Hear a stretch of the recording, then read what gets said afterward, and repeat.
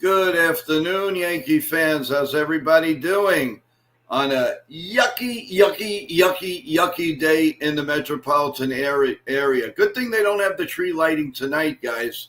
It would have been a real shame. Thank God it's tomorrow, which is going to be a better day. And remember, everyone, 9 o'clock tomorrow, we're going to be coming on and doing the countdown of the Christmas tree. It's going to be a Christmas show tomorrow night.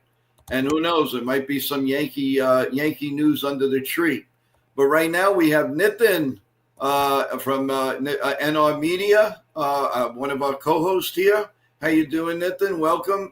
You may have some okay news and whatever for us, for the Yankee fans. Go right ahead. Yeah, good afternoon, everyone. Welcome to the stream. Get your questions ready. My team and I booked Daniel Winker for today at 4 p.m. Eastern. He's coming on the show pretty soon with Joe. So get your questions ready, guys, for Daniel. It's going to be a good stream here. He played for the Atlanta Braves and also Chicago Cubs. So get your questions ready. It should be a good one. And there's a lot of news here in the Yankee land coming. Obviously, with Cody Bellinger still far apart in negotiations. But Heyman thinks that he'll end up with the Yankees. And then you got Wilson Contreras willing to waive his no-trade clause with the Cardinals for the right fit. So the Yankees need a right-handed catcher. There's another option there.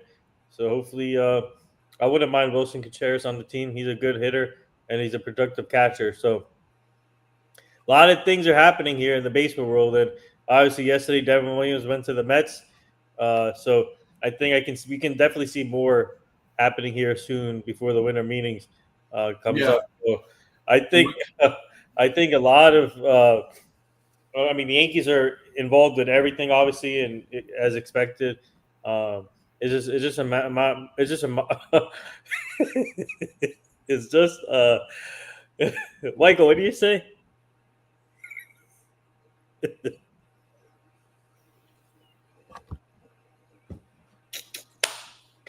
Okay, all right. That was what did he say? Just finished the. Oh, okay. Yeah, Fairbanks. What's up, Cruise Control? Yeah, Fairbanks. I think he's linked to Detroit Blue Jays. Yeah, Detroit And the Marlins. Yeah, Marlins, Blue Jays, Detroit. I don't know if the Yankees are linked to him yet. I'm sure. I hope the Yankees are linked to him. I wouldn't mind him in the bullpen. I think he'll. How about Benhar? So yeah. Well, guys, again, I'm not sure if you know, but the link is out. We have a Yankee show coming up at 8 p.m. tonight. Yep. Yeah, at 8 o'clock. And we're going to be talking a lot about a lot of different things here. And I have a lot of questions, and I have a couple of shorts out, and I'm probably going to put another one out before we come on the air for you guys to think about. But it's going to be a great show. George from the Swinging from the Fences will be here. Hopefully Nitin, hopefully Chef Nick. It's going to be a really good show, everyone, leading into the days of the winter meetings. What's up, Charles? As I said, hey, Jason. This is going to be wall-to-wall coverage from the winter winter meetings. So, guys, stick with us. I tell you no lie. We are going to do it wall-to-wall. So, please, this is the place. You can put your TV on with no voice. We'll take care of the rest. I promise you that, everyone. So hang in there, subscribe, press the notification button, and we really, really do appreciate. We've got a lot going on, everyone. So yeah, I want to bring up Jake's comments. Hi, Jake. He wants to know, what are your thoughts on Sonny Gray's comments today with the Yankees? Well, I always thought he was a knucklehead. That's number one. You know me, I'm not going to mince for any words at all. So he's a total knucklehead. He stunk here. He was garbage, and he's still garbage. Yeah. I'm not mentioning for words. You say that about our Yankees, well, I'm going to say that about you. You stunk here, and you're going to stink in Fenway Park. Mm-hmm. How's that for green apples? Now, yeah. You know what, it's easy. Yeah, that was. Oh, is that so? And yeah. You know that is the. Yeah, I was kind of. Okay. Hey, Sean, how you doing? Welcome. Hey, Sorry, I'm just having difficulty trying to get on. How you doing? I'm doing all right. Yeah. So, guys, get your questions ready for Dan Winker. He'll be joining soon here with Sean and Joe. Please get your questions ready. It should be a good stream. Yeah, I am surprised what Sonny Gray said. I mean, obviously he can say whatever he wants, but still, like to throw shade against us, like, come on now, the Yankees traded for you, and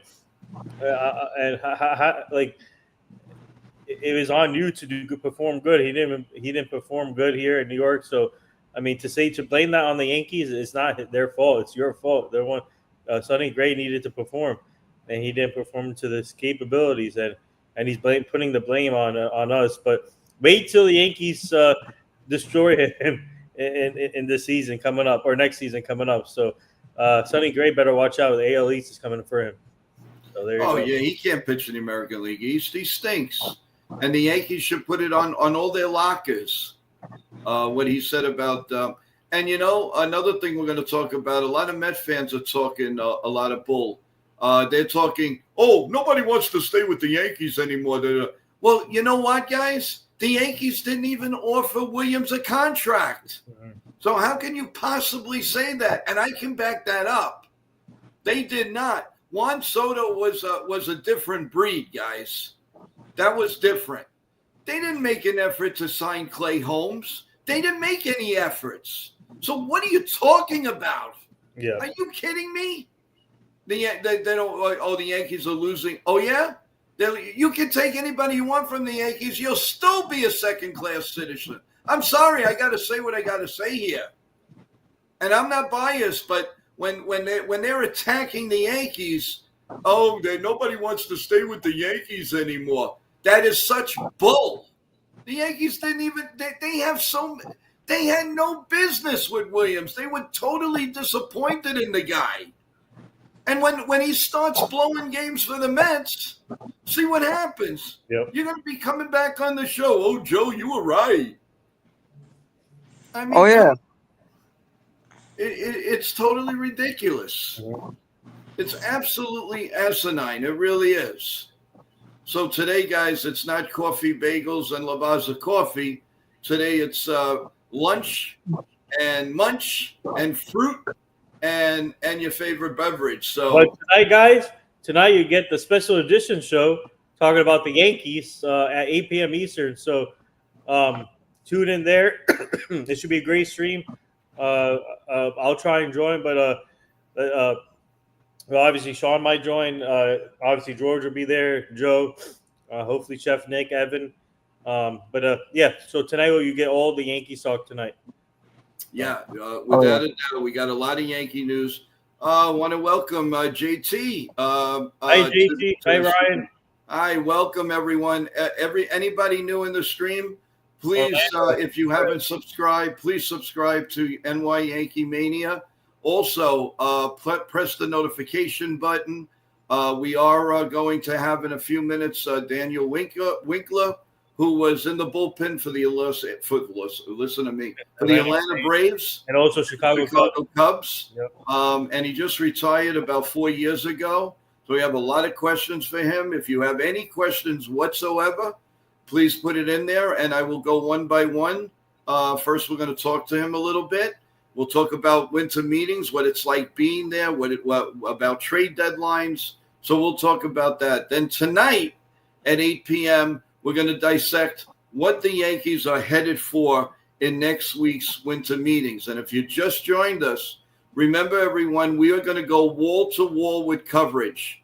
We will have interviews. We will have people all around to covering whatever the Yankees do. You will not miss anything. Same thing with Met fans. Same thing with all the fans out there. We are here. We are going to have a preview show on Sunday night at 8:00. We usually do like a weekly just update on all the sports. Well, most of it is all about different types of sports. But now it's now we will talk only Yankees and the winter meetings. So with that in mind, our star of the show's here. and I want to see if you could give us a thumbs up to come up. Dan, are you ready? Can you hear me? I think he can. Let's bring him up. And here he is. Dan, how you doing? Welcome to NY Yankee Mania. Hey, can you hear us? You might be having some difficulties. Dan, do you hear me? It's Joe and Sean from NY Yankee Mania.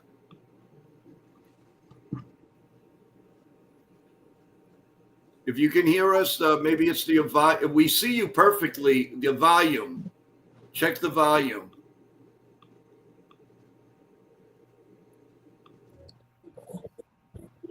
No, I don't think he.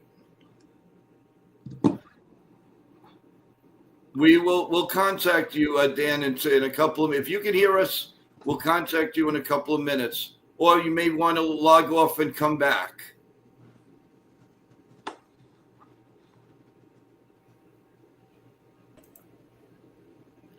Nitin, we are having trouble with Dan. Yeah.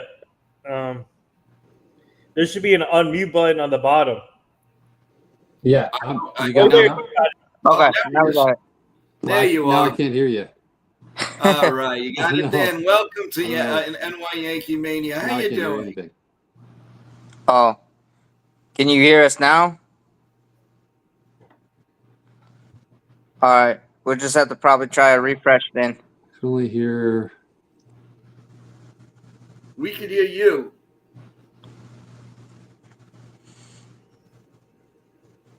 I don't know why it's not working. We Jump could on hear my phone. We could hear you fine. Jump on my phone. Sorry. That's okay. All right. Sorry about that. Sometimes that happens, everyone. But I'm sure Dan will join us again. So, Sean, while we wait, rumors are flying all over the place. What's your feeling on? And as soon as Dan comes up, we'll bring him right back up. What's your feeling on some of these? Oh, he's trying again. Let's see. Hey, Dan, can you hear us? There we go. Finally. All right. Welcome. All right. Welcome to NY Yankee Modern Media. tech. Joe and Sean are here. How you doing, Dan? Good. How are y'all? Okay, not too bad. First of all, I want to wish, I know it's a little bit late, but I want to wish you and your family, I hope you had a very, very happy Thanksgiving. And everything went well. And of course, going forward, Christmas and New Year's and everything. So we wish you and your family a lot of good love. I appreciate that. My family can use that. I got 3 little kiddos, so. Oh, how nice! How old are they? Nice. 8, 6, and 3. So we're in the thick. Whoa! Well, listen, I love kids, so if you ever need a babysitter, No, babysitters. I know you'll probably take me up on that. So, Dan, first of all, again, thank you so much for taking time from your busy schedule to be with us. And it's always exciting to have a ball player, ex-ball player. I don't care what it is. I'm always excited. So tell us about your journey. You don't have to go all the way down to 3 years old, but what was it like when you turned around to mom and dad or grandma, grandpa, whatever, and said, you know what, I'm going to be a major league player? How did it all start for you? Yeah, I'll try not to go too far back. I've told this story a lot, but I thought I was going to play in the NBA. I grew up in Illinois. You know, basketball is the sport in Illinois. I was going to go to the University of Illinois, be a second rounder, play for the Bulls, of course. And then I averaged 4 points my senior year, and probably knew that wasn't my path. And I was throwing 90 my senior year. I always had a good arm. I always could throw the ball hard. Just didn't know where it was going. My senior year, a scout pulled me aside, kind of helped me a little bit. I kind of figured it out, gave me a little confidence, and that's when pretty much the floodgates opened. I was from a small high school, small town. I went to junior college after that, and I always say for me it was more like a step ladder. Like I just took one step at a time. And so my senior year, I had a good year in high school, and then I went to junior college, had a poor freshman year, And then my sophomore year, I kind of figured it out again and was drafted from there. And, within the 3-year span, I kind of figured out, hey, maybe I can actually get paid to do this.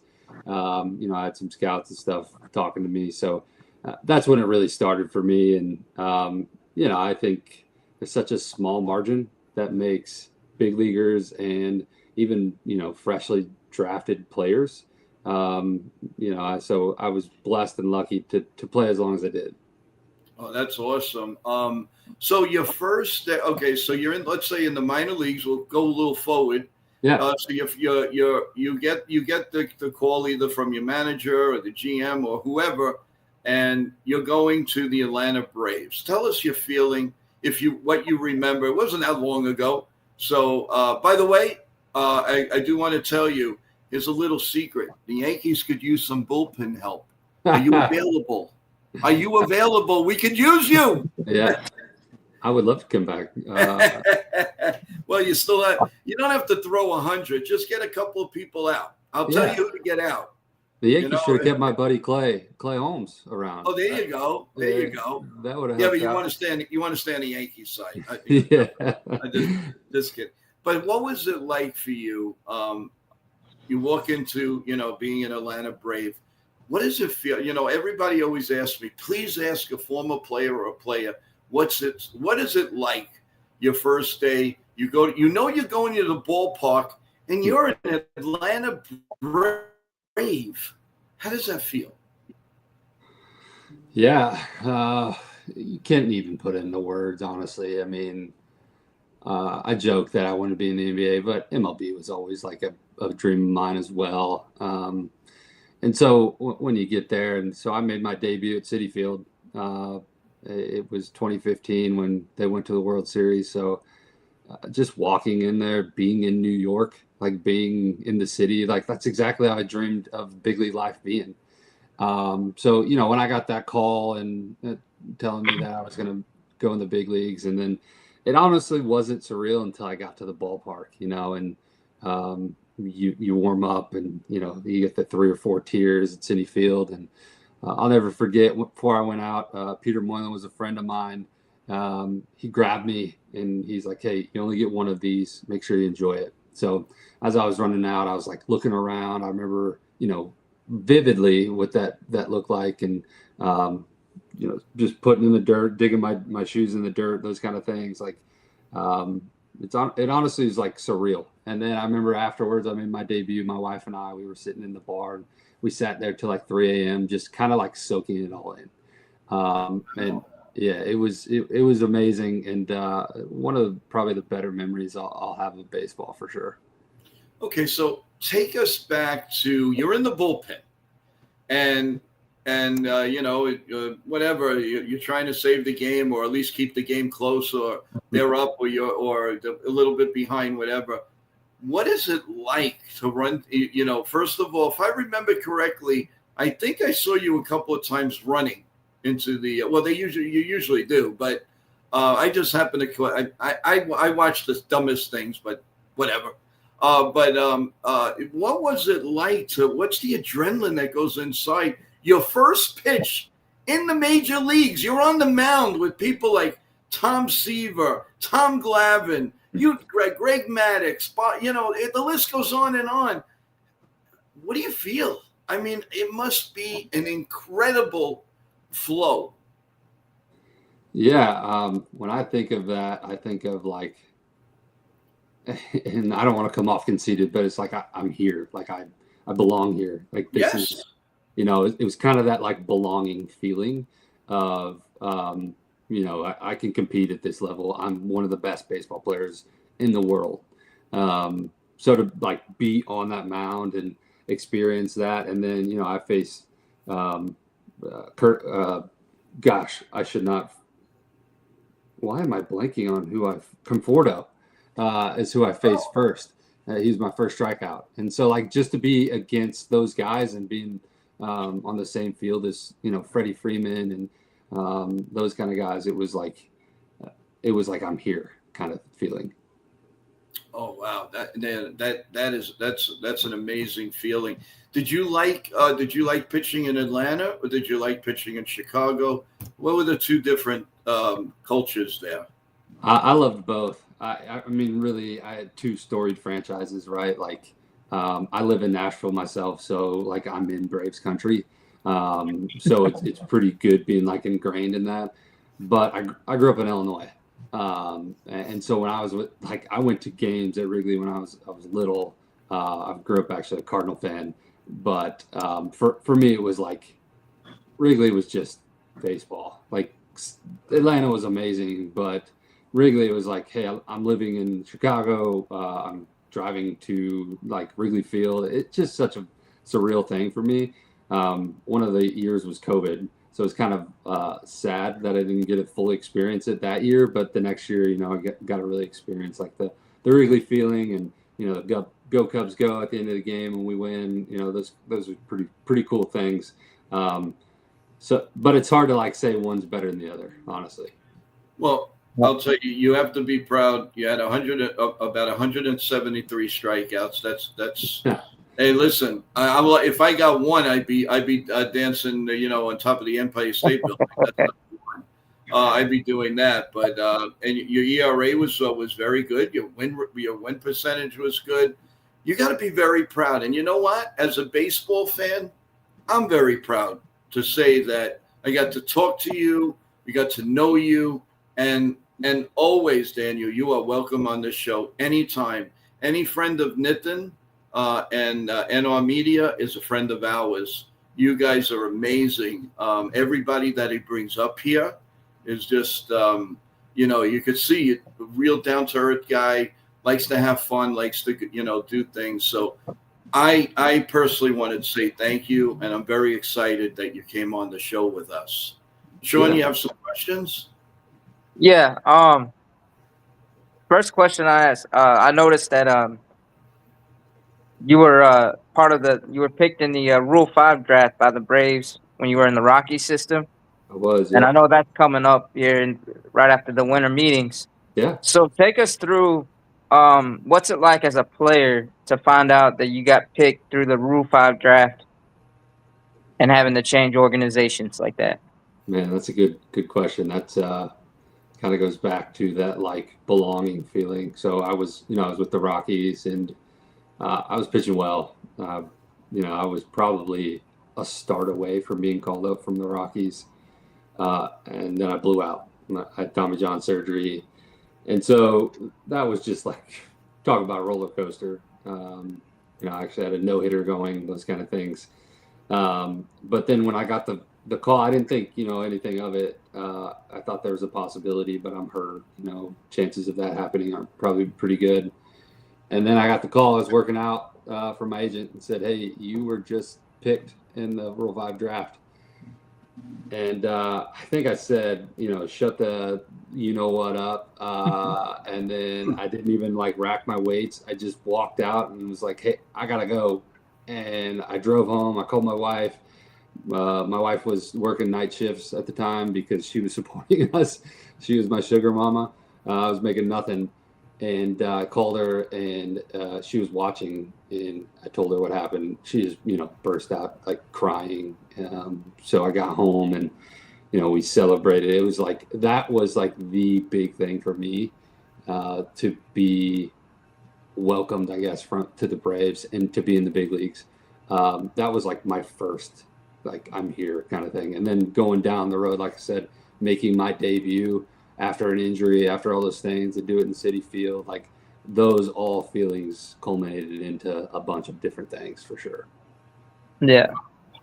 No, and then one of the questions in the chat from one of our guys named Charles, he asked, "Who was your favorite teammate?"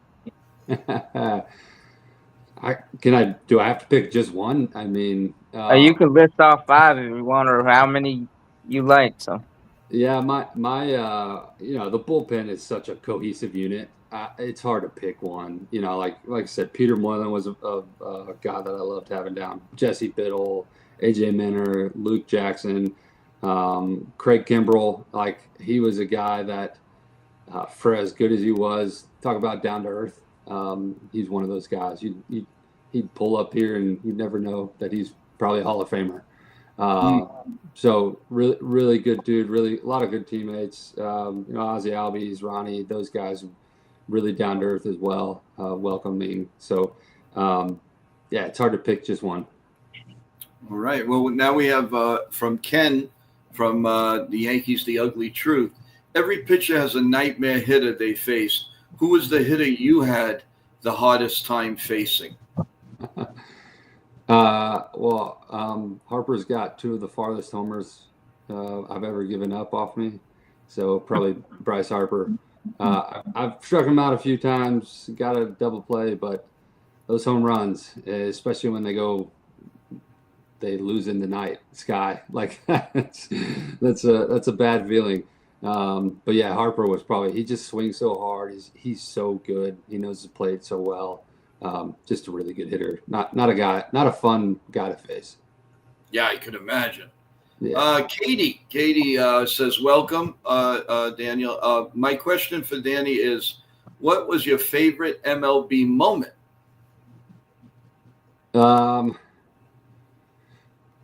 Probably. So I made my first opening day in 2016. Last year in Turner Field, I got a pitch, strike out the side. Like that was amazing. And then, I broke my elbow a week later, and then a year later, I come back from the broken elbow, and I got to face Robinson Cano, first guy out of the gates. Man. Yeah, got him the ground out. But those are two, like, to me, like 16 was like, all right, I earned this, and then 17, it was like I came back from that injury, and then I think of like one other one is I got a 1-0 save against the Pirates. It was third day in a row. So I was pretty proud of like, hey, we're in the playoff hunt at that time in 2018 and doing whatever it takes. So that was another pretty good memory I like. Wow. That's awesome. Yeah. Victor asks, what's it like switching pitching coaches from Atlanta to Chicago? A good question. I mean, I had a lot of different pitching coaches and a lot of them, different philosophies, a lot of them old school, some of them new school, some of them a little of both. Going from Atlanta, going from Rick Kranitz, who's more of like that old school guy, doesn't really want to look into analytics, to Tommy Hotovy, who's all about it. It's an adjustment, but I think it's an adjustment for the best. The best advice that I was ever given was everybody's got something good to say, take little bits and pieces of what they're saying and kind of mold it into who you're going to be. So I never like just kind of pushed off, oh, this guy doesn't know what he's talking about. There's always something I feel like I could take from what they were saying. Teresa in the chat here asks, she always asks the hard questions. Who's your favorite manager? Oh man, that is hard. I know she always puts Teresa. We love you, but you always put them in a spot. I'll say, Rossi was my favorite. David Ross was my favorite.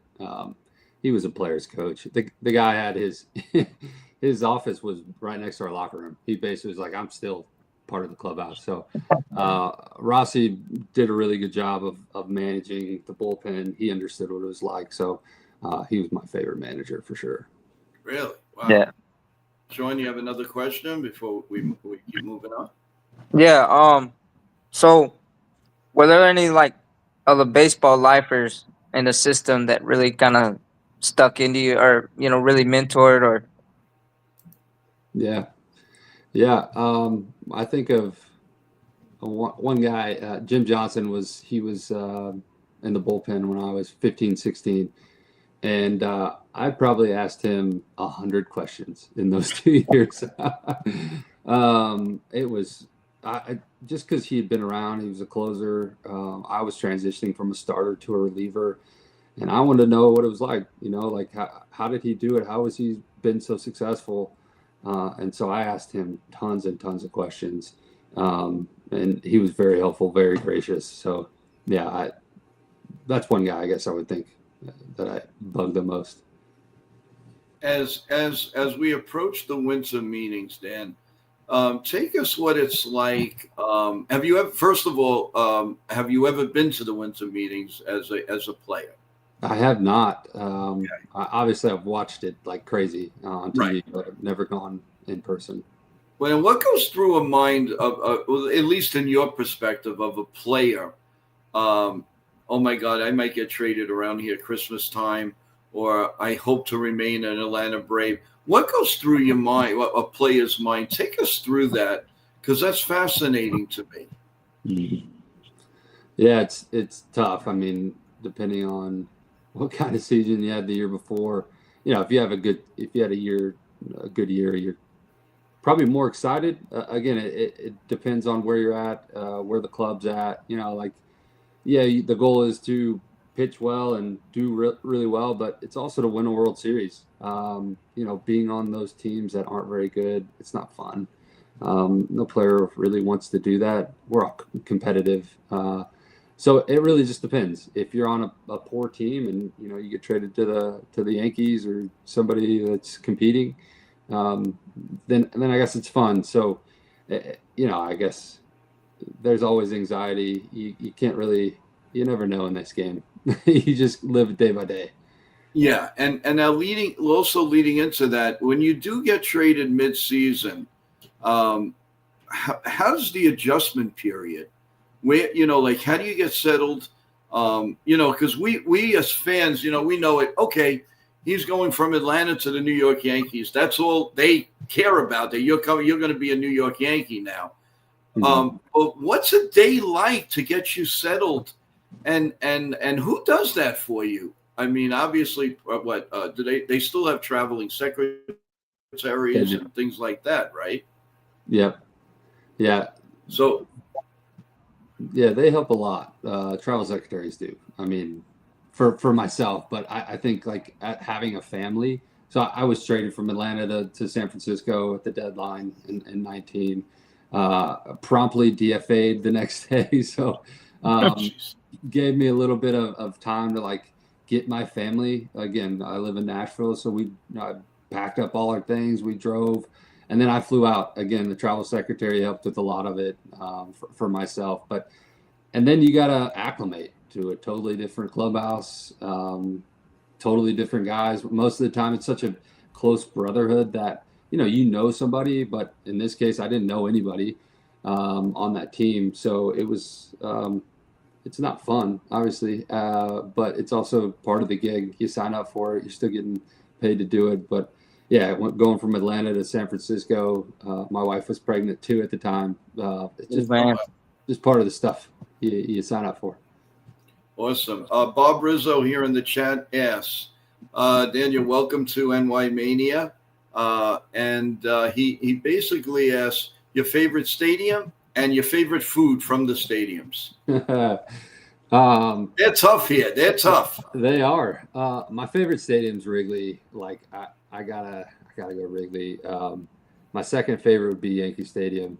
I love that park. It's just, man, I don't know what it is. Again, it's probably like something to do with the city of New York and everything coming in, but playing in the Yankee Stadium's amazing. And Yankee Stadium has the best food. Like the clubhouse, the visiting clubhouse, it's like 3 different kinds of meals. Yeah, it is like you just can eat for days, and it's my favorite. And the snacks are amazing.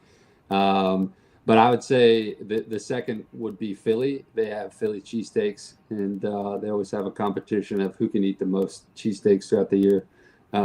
So every time going to Philly, like getting a clubhouse cheesecake was the best. Or not cheesesteak, sorry, not cheesecake.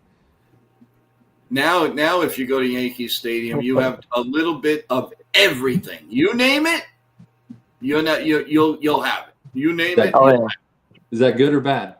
That's good. That's good. And if you ask the Tampa Bay Rays, who were, of course, I think they played in the Yankee minor league stadium at George M. Steinbrenner Stadium, and what they saw there, I don't think they want to leave. Because I mean the exercise room, everything is top notch, and so I mean I know that's one thing I know the Yankee tradition is I mean obviously amazing, but I have a few more questions if you don't mind. Yeah, absolutely. What was your all-time favorite? This is from Wendy, from Just Wendy Sports Corner. what was your all-time favorite game that you played? And also, what age did you start playing baseball? Ooh, what age did I start? I probably was 4, 5, 6, somewhere in that range. I've definitely played t-ball, and then all the way up. I played every summer. Um, and then my favorite game that I played. Ooh, I mean, those are tough because they all kind of go together. I have a lot of favorites. Again, that save that I had earlier, my first save, I'd say probably my first save when I was with the Braves, it was against the Cardinals. I had just blown a save like a few days earlier, and I got another opportunity and to have my first save be in Busch Stadium, where the team that I grew up loving and adoring, to get my first save there. It's bases loaded, got a ground ball and got a strikeout. So that's probably one of my favorite games that I played in. Wow, great. This is a real good question, and guarantee we're waiting for this answer. Question for you is, what is your best mental advice for a teenage kid that wants to play at the next level? Wow. Yeah, so, I think kind of what I said earlier. Sports has taught me so much. Taught me to be on time, taught me to be responsible, um, it taught me competition, good sportsmanship, all those kind of things. And I what I said earlier about like taking little things from each coach. I think everybody has something good to say. Not one thing that one coach is going to say is going to be exactly how you are. Everybody's different. You're not. I always hated when, especially a couple of the teams I got to, they try to put all these players in a box, say, hey, this is what everybody's going to be, but that's not their gift. That's not what kind of pitcher they are, what kind of baseball player they are. So I'd say like just take bits and pieces from everything and mold it into that. And then the mental advice is just kind of like stay in the moment. Like the game is fun. Play the game to play the game and to be present and not worry about the future, what's going to happen, those kind of things. And when I pitched my best, I was like just here and now where my feet were. So I'd just say that just be where you are, be present. Wow, that's amazing. Do you right now work with kids at all?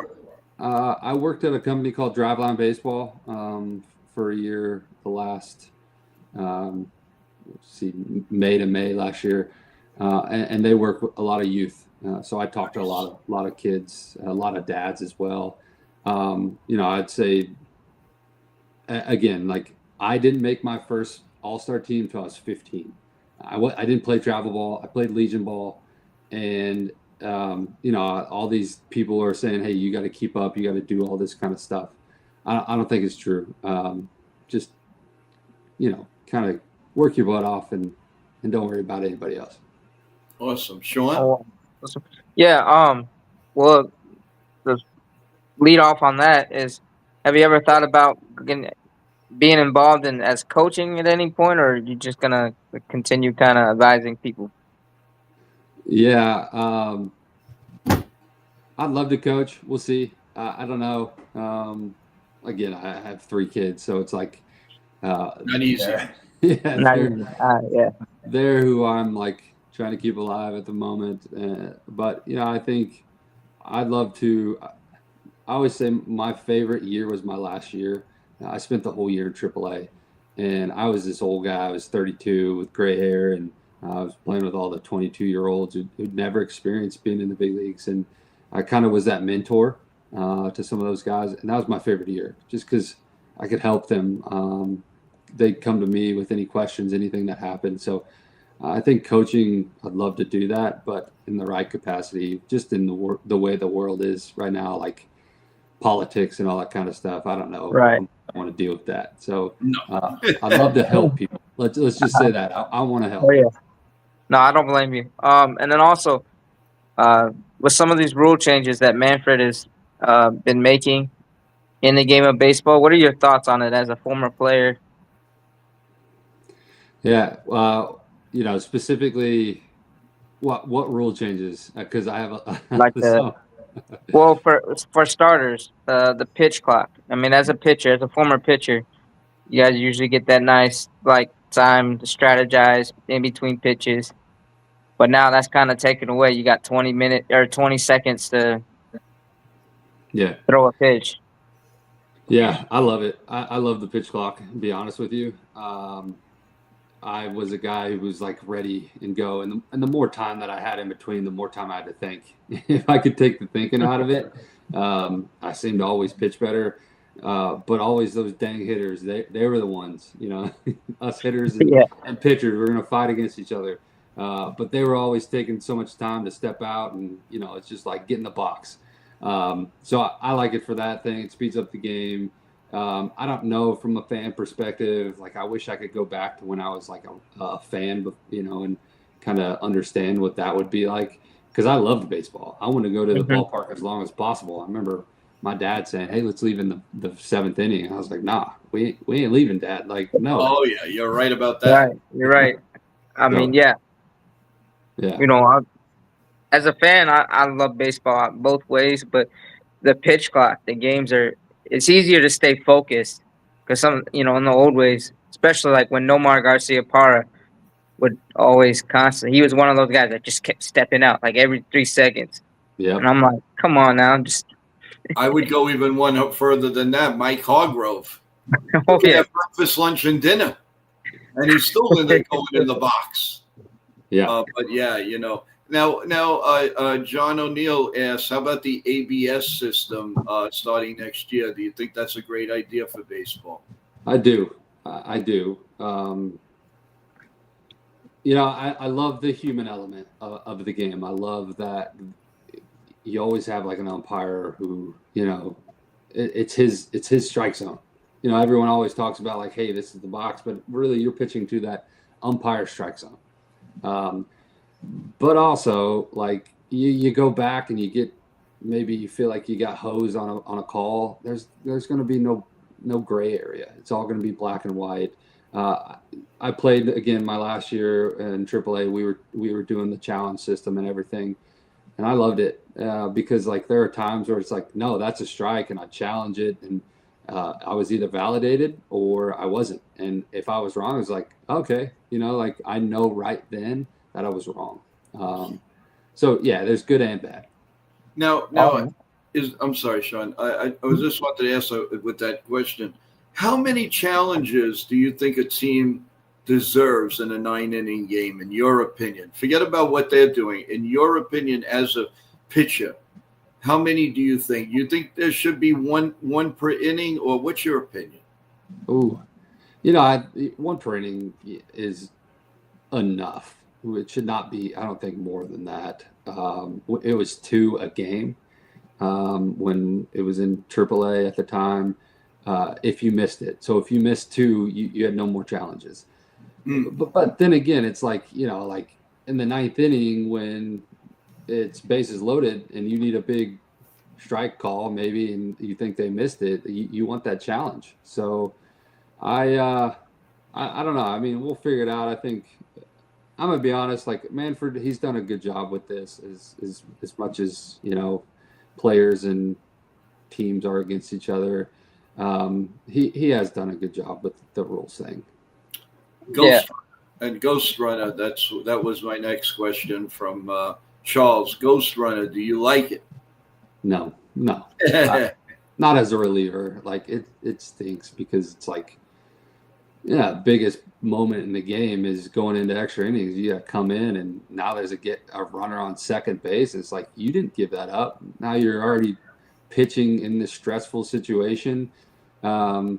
But if you don't let them score and you're the home team, it's a good thing for you because most likely you're going to win the game. So, but yeah, no, I'm not that big a fan of it. yeah. I don't think anybody is. Yeah. I'm not a big fan of that at all. I don't think it's fair. People like Mariano Rivera and Diaz and all these great closers. it's not fair for any reliever. I mean, you didn't. I mean, you're walking into the game and my God, there's a man on second. I gave up a double. What did I do? Yeah. Why am I getting beat? Yeah. And you throw one pitch, you could be the loser of the game. That's not right. That's not baseball. Yeah. What happened to that? The question on everybody's mind. I'm sure you're torn with it, but will we see baseball in 2027? In your opinion? With the lockout, you're asking? Yes. Potential. I was trying to be nice with the question, but yeah, the lockout or the strike. What do you think? Should the fans be ready? In your opinion?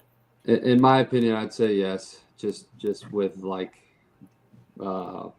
history between the union and the league, I would say be ready. I hope it doesn't come to it because, again, I'm a fan now. Like I watch the game. I don't want to have baseball stop. That's a bad thing for our sport. And I want to see baseball grow. I want to see my son and my son's friends play baseball and love baseball the way that I love baseball. And I don't want to see it die because of just the back and forth.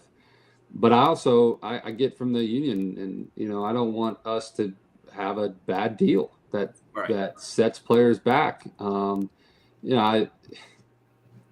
It just is what it is.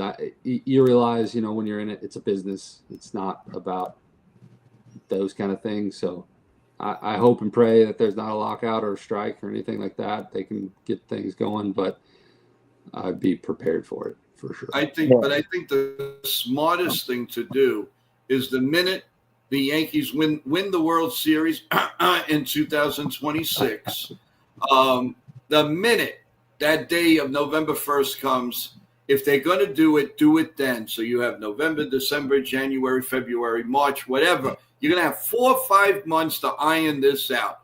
Why do it in March? Do it now. Get the World Series over with. That's it. If you're going to strike or lockout, do it then so you'll have enough time to sit at the table and do it. I don't understand the logic to that. I mean, to me, it doesn't make any sense.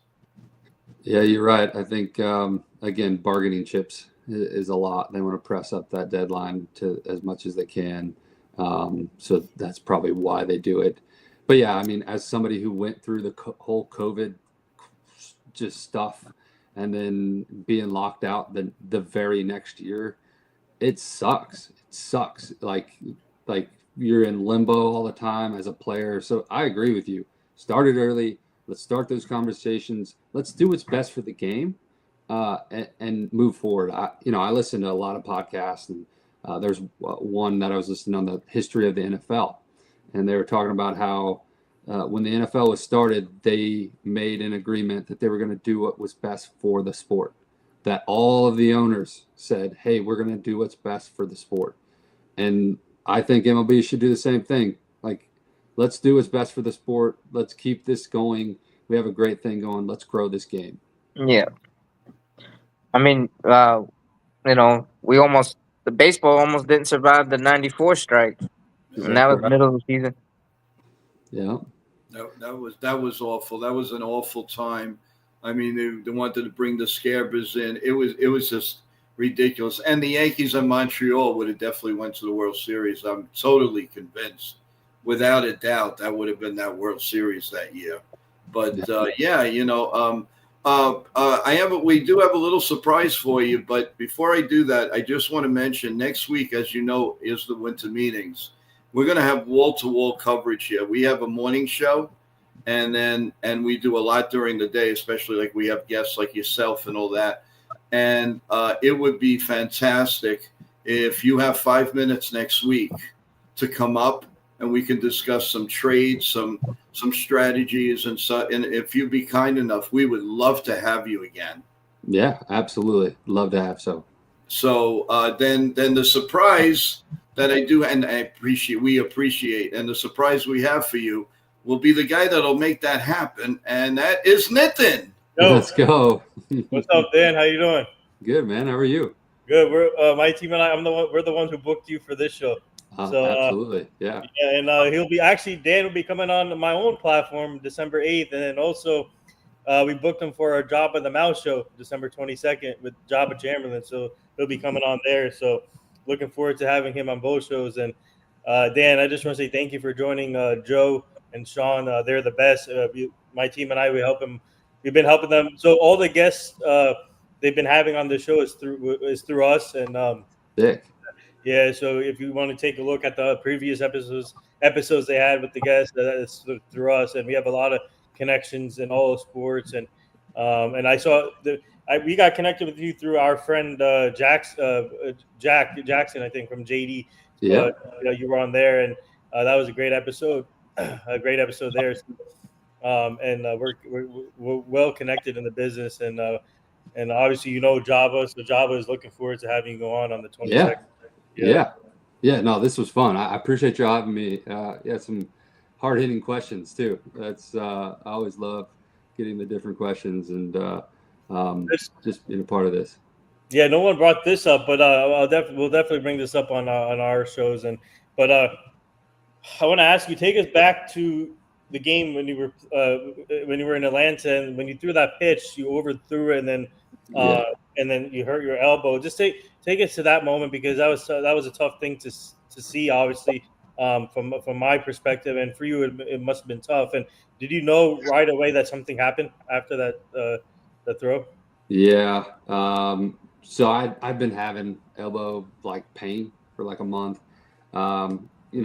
It's the game. You're trying to make the team, and we were working on it. We were working through it.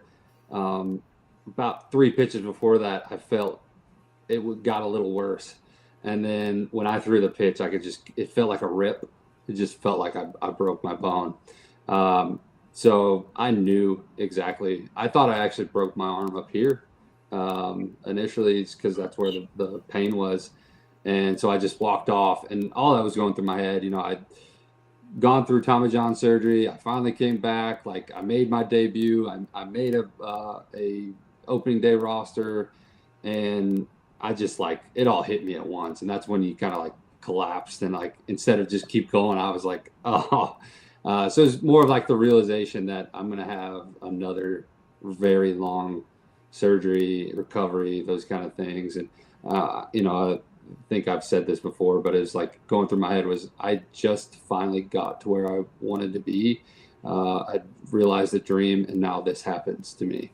So yeah, that was all culminated in that 10-second clip. Yeah, and also this is what did you learn? I love seeing stories where players come back from these injuries, and that's what Garrett Cole is trying to do right now for the Yankees, come back from that. But for you, what did you learn throughout that process, coming back from the injury, and obviously getting another chance to pitch the game that you love, and obviously getting playing for the Cubs also after that? But what was that moment when you were able to come back on the mound and step on the mound and say, I'm back, and I overcame that injury? Yeah. I learned a lot from that. Tommy John, trust, just that it's going to be all right no matter what. Every day, the Tommy John surgery is like this. It's one day you're going to feel really good. The next day you're like, oh man, I just tore my UCL again. So, you kind of just keep going, keep swimming, as Dory would say. It's kind of just what you do, and you figure that out, and you learn a lot. You learn how to be tough and overcome that stuff. But yeah, I think, like I said earlier, coming back from both of those, to especially the second one, and facing Robinson Cano and Truist Park, you can't even explain it. I really can't even explain what that's like. It's just it's almost like a debut again, just coming back from it, and all that hard work and all that stuff you went through. It's now it's there. So yeah. Does your arm feel stronger when you come back from that, or about the same, or what? How do you feel? How did you feel? Yeah, I felt, after Tommy John, the first one, I felt stronger. And then I think somewhere along the way, maybe I came back too quick. And I think that's when the stress fracture maybe started in my elbow. And that kind of led to the broken elbow. And then the second one, it was definitely stronger. Like all the rehab, all the stuff that, I went to a bunch of PTs. I did all the red light therapy. I did all that. I learned a lot about like taking care of my body, eating right, those kind of things.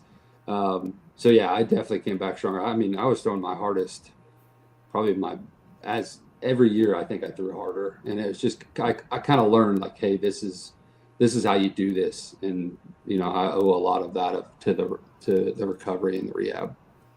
Yeah. My question is that there's a lot more frequent Tommy John surgeries amongst pitchers in the majors. Mm-hmm. What do you think is causing that or contributing? Is it all the factors with the throwing harder, more velocity, the pitch clock, all the different stress? Yeah, I mean, like you said it there, stress, inflammation, those kind of things. Like I think a lot of that, and that's the way the game is. You're asked to throw harder. The harder throwing players get contracts, and those kind of things, nastier stuff. So you're constantly told like, hey, do it better, throw it harder, throw it nastier, those kind of things. So, which is not a bad thing. It's competitive. Like that's the way the game is. But I think that leads to the spike in the injuries, those kind of things, and but also like the recovery modalities that we have, all the things that we can do, I think kind of counterbalance some of that. But it's not like it was 50 years ago, and it never will be. I think the Tommy John is just part of the game now. Yeah, and speaking of contracts, Dylan C just got a big contract, 7 years, 210, and I'm happy for him. But the one concern I have is just the long term of that contract for the Blue. I mean, obviously, short term is great for them, but long term, obviously, the contract, you never know with the pitchers what's going to happen. But I think what are your thoughts on these pitchers still getting big time contracts in free agency? I think they should. Bigger the better. I think again, obviously you'd love to be able to set up some formulation to where like they're getting paid, these really big numbers earlier in their career, but the way it's set up is you are kind of getting paid for what you've done rather than what you're going to do. And a lot of these forward thinking, the Rays, the Yankees are a little bit of that. Like, hey, how can we get the most out of them? It's just the formula it is, right? I think you get paid for what you've done, but that's why those rookies are so valuable, because they're not getting paid that much, but their WAR is ridiculous. So until they can figure out a good formula that makes sense, I think keep giving those big contracts and that rev share at 50-50 between players and teams. All right, Dan, you ready? Hey, Joe, Sean, ready for this? And everybody in the chat, Yankee fans, get ready for this. Dan, I'm going to put you on the spot. What is one thing that people don't know about Max Fried? No. He stinks at fantasy football. Oh, wow. Oh, we're going to get him for that. We're going to get him for that. All right, are you good? Are you good at fantasy football? Oh, yeah. Yeah, I'm good. Yeah. Are you play every year? I've been playing since I was in 8th grade. So wow. We've had the same league since we were in 8th grade. 20 plus years. And Maxon is we have a dynasty fantasy football. I don't know if you know what dynasty is. Yeah. So we started that about 6 or 7 years ago, and I don't know if Max has ever made the playoffs. Oh my. Calling him out. Sorry, Max. If you're watching this. So Nah. Trade me your good players. Hey guys, I don't know if this is totally confirmed, but it's news that's kind of breaking. Again, we got to confirm this, but Pete Fairbanks has signed a 2-year contract with the Detroit Tigers for $19 million. Again, I'm not 100. I'm not confirming it, but I am seeing that he did sign with the Detroit Tigers. So unconfirmed reports, 2 years and $19 million. No, that was okay. This is this. All right, this I think I know what you're talking about. This tweet was 4 hours ago. This is not. This is a. It's a fake. I think it's not. He hasn't signed anything yet. This Okay. is. This is Okay. just I just wanted to bring it out there because guys. Yeah, disregard these. These are. This is a fake tweet. He hasn't signed anything yet. So this is why I don't like all this stuff. So, guys, disregard that. Pete Fairbanks is a free agent, so don't. Yeah. Okay. What I was gonna ask is that it looks so real. I know, but remember, there's that troll that calls himself Jeff Passan, but he spells it different than the ESPN longtime reporter. Right. No, you're right. Well, I mean, I don't mean to, put out. It's just that it definitely looks so real. And then when it says, signed and it's the ball club and how many years, it looks so perfect. So that's why it's unconfirmed. He'll end. In my opinion, my prediction at the end of the day, I think he goes to the. I think he'll go to the Tigers. If the Tigers want him desperately, I think he goes to the Tigers. I don't know about the Marlins. I don't think he'll go to the Marlins. I thought the Yankees would be interested, but I think they're going to be more into Suarez from the Padres, most likely. But I think Fairbanks to Detroit could happen eventually, in my opinion. Oh yeah, that'd be good. Mm-hmm. No question. But but Dan, the other question I got too is you got generational players like Judge and Otani, and guys like Yamamoto, the sensational pitcher from Japan. What's it like in baseball when you're playing alongside or playing against some of these players who are just, taking the league by storm? Yeah, I mean, it's funny. Like, there's regular old dudes. Honestly, they're just regular guys. I've met Judge a couple times. Just seems just a regular old guy, really big, regular old guy, a monster. But yeah, I mean, I think just being a part of that, again, it's like a fraternity. I think that's the cool thing about baseball is like you made it. You're one of those guys, whether you're a guy who's played a day in the show or a Hall of Famer. All right. That's what's pretty cool about our union, what we do, those kind of things. But yeah, I mean, like I said, Craig Kimbrell, you saw him walking down the street. You say, "Hey, Craig," he'd ask you a bunch of questions. Just the kind of guy he is. Oh wow, no, I mean that's cool. I mean, I get that as being a veteran. You'll find yourself like talking with a Vietnam vet or someone else, and yeah, it's kind of that same way. It's just like a brotherhood. Very much so. Yeah, it's very, very similar. Well, I'll tell you guys, this was awesome.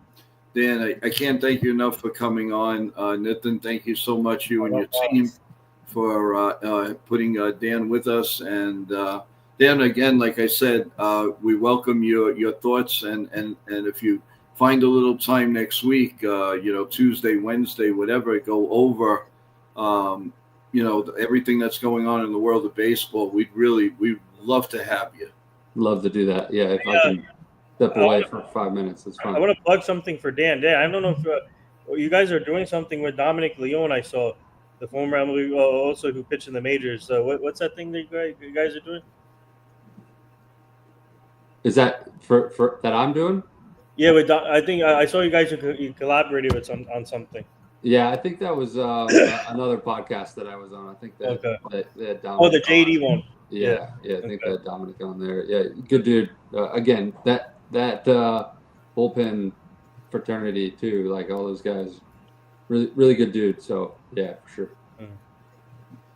Well, great. Good luck with that, and we just thank you so much for coming on and. Be a incredible daddy to your 3 little ones, and let's see them in the major leagues. New York Yankees, New York Yankees, New York Yankees. That's what we want. I love that. We're not biased here, no. But In all honesty, we really appreciate it. You're a star, and again, it always makes my heart pump whenever I talk to an athlete. And thank you so much. And we are looking forward to you coming back. We really are. Yeah, well, I appreciate you having me. Look forward to next week jumping on for a few minutes, get me away from my day job, and talk a little baseball. Yeah, Hey. and if this time is good, okay for you, you let us know. We'll guide it with you, whatever's good for you, because our coverage is going to be a lot. So we're wall to wall. So when you're available, that would be great for us. Sounds good. Yeah, we'll see next week, but definitely jump on, talk some baseball. Thank you so much, guys. You have anything Thanks. else? Yeah, thank you, Dan. I'll see you next week, and then obviously December 22nd with our show with Java. So look forward to it. Yeah, and love to those beautiful kids, and to your wife. Yeah. Will do. Absolutely. All right. You have a great day. Thank you so much. Yeah. Thank you, Dan. Well, that was Daniel Winkler, who was nice enough to come on. Glad that my team and I can help out with that one too. Yes. Oh, we really appreciate that. And it was great. Very informative. He was very honest about the possibility of a strike or a lockout. We're all in agreement that let's do it fast so that they could get it going. But in a little practice for tonight's show, everyone, which we will get to at 8:00. But some of the points that we're going to be talking about is are the Yankees really serious in on some of these rumors? Now, Wilson Contreras has said that he's willing to move on from the Cardinals. Yep. Another question I have for you guys: now that Williams went to the Mets, do the Yankees take the beard policy and throw it out the window? What do you guys? How do you guys feel about that? Well, we're gonna touch base on that. Joe, you said that they might keep it for Garrett Cole, so I think. Well, I'm just bringing it out there for the fans. In my opinion, they should keep it, no matter what.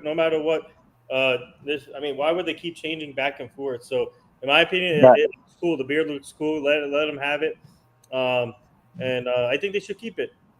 I don't think they can. They can't. They can do anything. This is the New York Yankees. They don't have to rely on Devin Williams. I don't care. Like, keep the beard policy. I think players love it, and I think it's a good thing. So and remember this though. Hal said he had been mulling it quietly for 2 years, so that's before we even thought about getting Devin Williams. Well, that's also rumors that the players turned them down because there were no beards. Right. That's also another problem. So, I guess that's why, and that was the last time you heard from Steinbrenner until a few days ago. Right. So, I really hope we see him on the dais for the winter meetings, which means that they made a big trade or a big signing or something. Right. I do know that the Yes Network will have wall-to-wall coverage. As a matter of fact, I think Hot Stove is coming back, and I'm not sure if it's actually tonight. The Yes Network one? The Yes Network Hot Stove. I think it's, hold on. Because I know it. I remember seeing early December. Now, I don't know if it's the first day of the winter meetings or they're starting it like tonight or tomorrow. I'll tell you right now.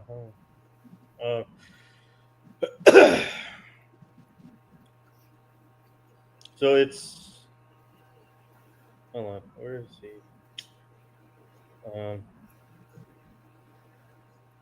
I had it right here. Hold on. What?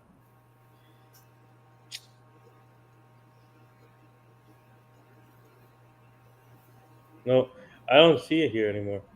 Yeah. Well, I think it could be right. I think they usually do it right when the winter meetings start. Yeah, but we'll make we'll get notification. We'll let everybody know on tonight's stream at 8 p.m. But that just gives you a little idea what we're going to be doing at 8 p.m. tonight, everyone. So get questions ready. All kinds of stuff, Yankees. It doesn't have to be Yankees. We'll answer any questions that you want. We'll have a nice roundtable discussion as we lead into the very, very, very big week of baseball. This is a baseball week stream coming up, and we'll take a couple of more questions. Let's go to Bryce. Joe, I got a feeling about the Yankees. They're going to be active. They want Bellinger, but no more than 5 years. Boris wants 7. No way. And I agree with you. Guys, do you agree with that? Would you let them win and give them 7 years? Nope. No. If I would budge any, I would budge with a 6-year option, a mutual option. But 5 years, I'm not. I mean, he's what, 31, 32 right now? Yeah, he's So, about going to be 31. okay, 31. So 7 years, that's 38, 39. Yes. No, I would not do No, it. we've been burned by the Hicks and the LeMahieu and the Ellsbury contracts. Yes. So I love Bellinger, but 5 years, maybe a 6 option, but no more than that. No, I agree. I think it's too much. For a player, you go in the back of his baseball card. It's a nice career, but in my opinion, is it worth another 6-7 years? I don't think so. I really, really don't think so. Jody, how you doing? Welcome back to the stream. I want Bellinger, but I don't want them to run it back with the same team. Got to do some sort of shakeup. I agree with you. We can't go with that team. If you heard my morning stream today, guys, I was on before earlier. I had planned to come on just to let you guys know what we were doing. And at 7 o'clock in the morning, I ended up being on till about 8:20 because there were a lot of people asking questions. So I did say that, they have to change the narrative of this team. And remember, I went through having a team of give me an infield right now, whether you know them or not. Take my word for it. You put a Chris Chambliss, Willie Randolph, Bucky Dent, and Greg Nettles in that Yankee infield right now, and and Thurman Munson behind the plate, and I'm pretty sure this team is going places. Mm-hmm. Yeah. Give me a Paul O'Neill. That's what you got to give us. Yep. You don't give us these strikeouts and strike. The whole Yankee team is strikeout city.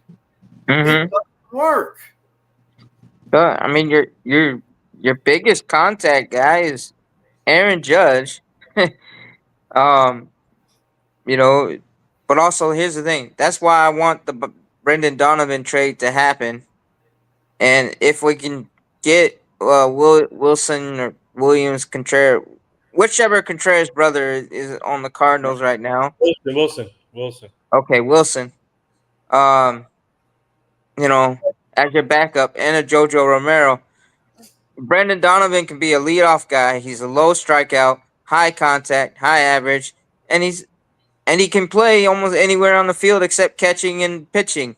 Yeah, but we already have our Donovan guy pretty much in Oswaldo Cabrera.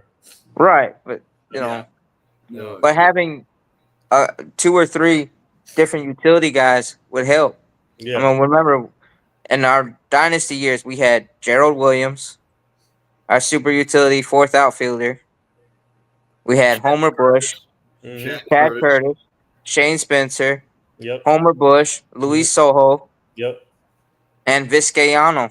Mm-hmm. Vizcaino, yes. No, you're right. Another thing I want to touch on later, guys. Maybe you won't need Donovan because you have a guy right there when willing in Oswaldo Cabrera. You do have a guy that's just about the same. Now, why would you give up a lot of talent for the same type of player that you already have? And also, then they can sign utility players in free agency anyway. Well, yeah, I mean, Okamoto is a guy I would like to get from Japan Photo, who can yep. be our first place. But in case we happen to have to use Cabrera at another spot, having another utility guy that we can rely on. I mean, even if we just get Rosario, I mean, Cabrera is going to be stuck at shortstop right now, or not Cabrera, but Mm. Caballero until Volpe comes back. Mm-hmm. No, they need another stopgap shortstop too. So Right. So I mean, it's just different ways that we can plug gaps, and having guys that are versatile, having multiple versatile players, um, and guys that are contact bats. I mean, but like you said, we can have different options. But Donovan does seem interesting. But at the same time, we already got Oswaldo Cabrera, and I would love for him. You know what I call Oswaldo Cabrera is everywhere Cabrera. Yeah. No, you're right. And look, listen, I'm not taking anything away from Donovan. I'm just saying if you're looking for that type of player and you surround other players with way Cabrera is, Yankees can live with that. So, and then you could take the players you were going to trade for Donovan and work out something else, like whatever other needs you need. But look, if they get Donovan, fine.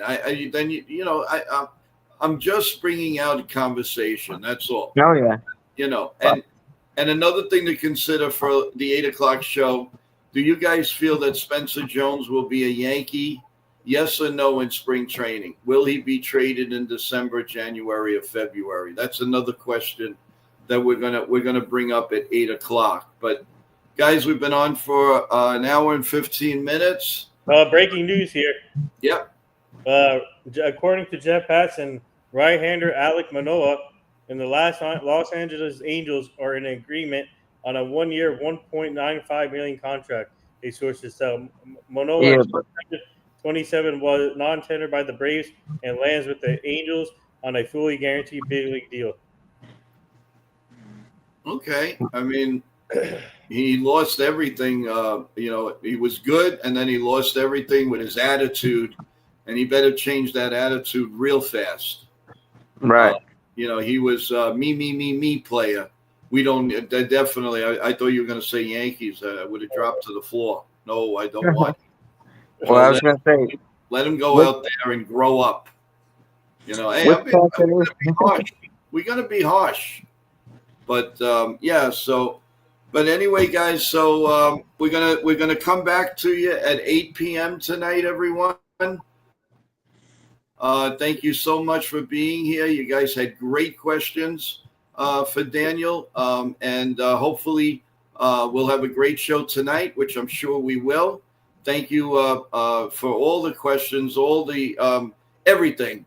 And again, the link is out for our 8 o'clock show, everyone. Please subscribe. You guys did a great job, Joe and Sean. Great job with Daniel, and awesome questions from the fans also. So thank you. It was a pleasure interviewing him. Really, really great guy. And please subscribe as you're going out, everyone. Press the like button. And if you missed the show, the videos there on NYA. Take a look at it, please. Take a look at all of our videos.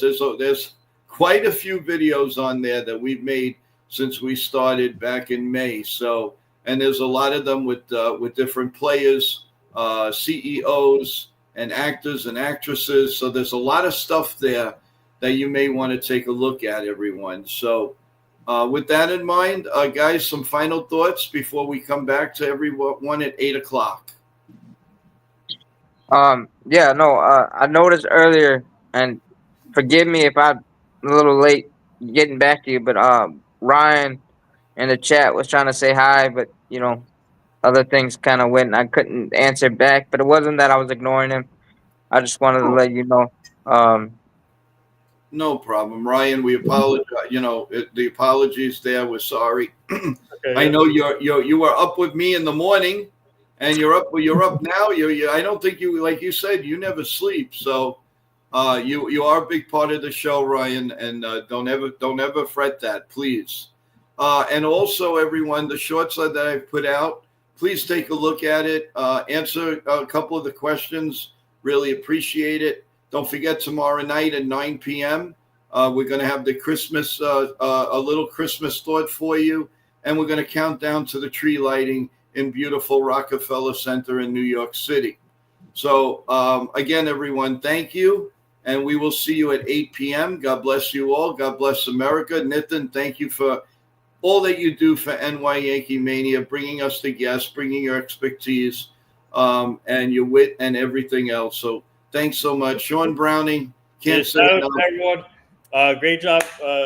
Stay tuned for 8 o'clock tonight. I'll try and join, but I might be busy later, so let's see.